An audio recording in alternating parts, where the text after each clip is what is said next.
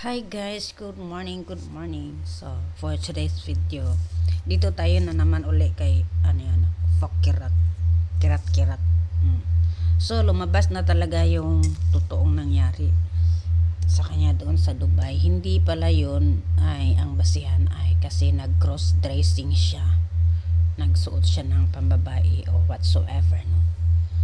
Ang nangyari pala doon is yung attitude ni Fokirat na feeling parang sa kanya yung Dubai.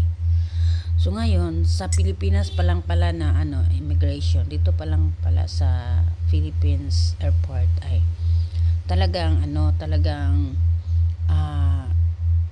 kumbaga sa Bisaya ba, ginabadlong na siya sa iyahang behavior ba na sobra kayo kagaspang siguro, no, ana. So ginabadlong na siya ni Queen Hira, ang kauban niya padulong og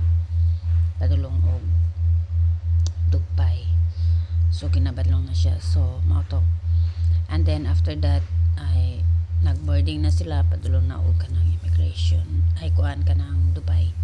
And then after that dito pa daw sa airplane, attitude na pud kayo ang Fokirat, murag kinsang sikat ba. Attitude kayo. So mo to ginaingnan jud siya sa iyang kauban na si Queen Hera na mag-behave lagi, especially na moadto sila laing country.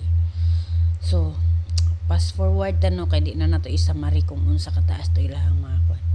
Naabot na sila sa Dubai. Pag abot nila sa Dubai dito, nag-CR daw ning babae, bakla nga Fokirat, nag-CR daw, nag-feeling babae ang gaga dito sa mga CR sa babae. So which is red flag yun.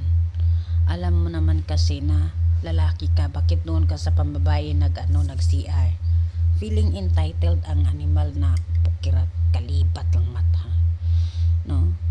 Ako guys, nire-respeto ko yung mga ganyan na mga nasa LGBTQ community, pero yung iba na sumusobra talaga na as in parang entitled na talaga nila na babae sila.